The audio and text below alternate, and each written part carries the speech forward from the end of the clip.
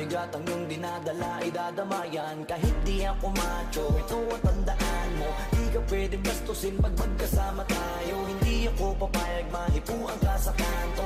Ay nako, makikipagsapo ka talaga ako. Tumataya ako ng patipato pagdating sa'yo. Nandiyan agad ako pagka kailangan darating ako. Hatid sundo ko lagi kaso natatakot na ako, kasi di ko sigurado kung sasagutin mo ba ko. Wag mo sanang iisipin napapagod na ako. Di ako apurado pero sa'yo ano ba ako? Gusto ko lang kasi makasigurado. Matagal na ba na ako nakita para tanongin? May pag-asa ba ako, bakit di pa sagutin?